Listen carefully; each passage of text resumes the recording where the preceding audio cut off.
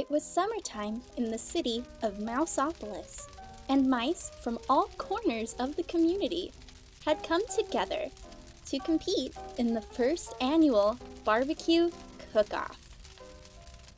As the cook-off got underway, smoke from the hot grills lifted the irresistible scent of barbecue sauce over the rooftops of the city.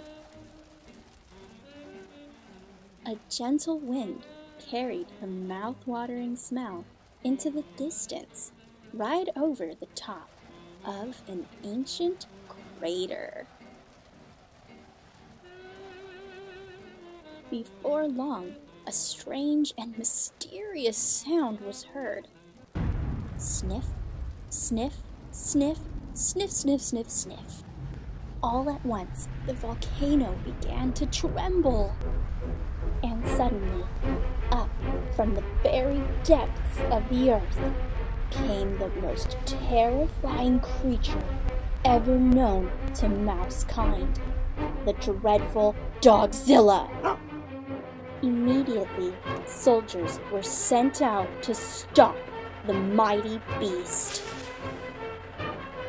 The heroic troops were led by their brave commanding officer, the Big Cheese. "All right, you old flea bag," squeaked the Big Cheese. "Get those paws in the air. You're coming with us." Without warning, the monstrous mite breathed her horrible breath onto the mice. "Doggy breath!" screamed the soldiers. "Run for your lives!" "Hey, come back here!" shouted the Big Cheese to his troops. "What are you, men or mice?" "We're mice!" they squeaked. Said the Big Cheese. "You're right. Wait for me!" The colossal canine followed the soldiers back to Mouseopolis, licking up all the food in her path. Afterward, Dogzilla wandered through the city streets, doing those things that come naturally to dogs. Dogzilla chased cars right off the freeway.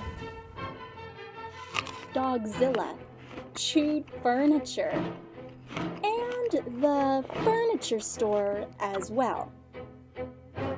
And Dogzilla dug up bones at the Museum of Natural History. Meanwhile, the Big Cheese had organized an emergency meeting with one of the city's greatest scientific minds, Professor Scarlett O'Hare. "Gentle mice," said Professor O'Hare, "this monster comes from prehistoric times. It is perhaps millions of years old. Maybe we could teach it to do something positive for the community," suggested the Big Cheese.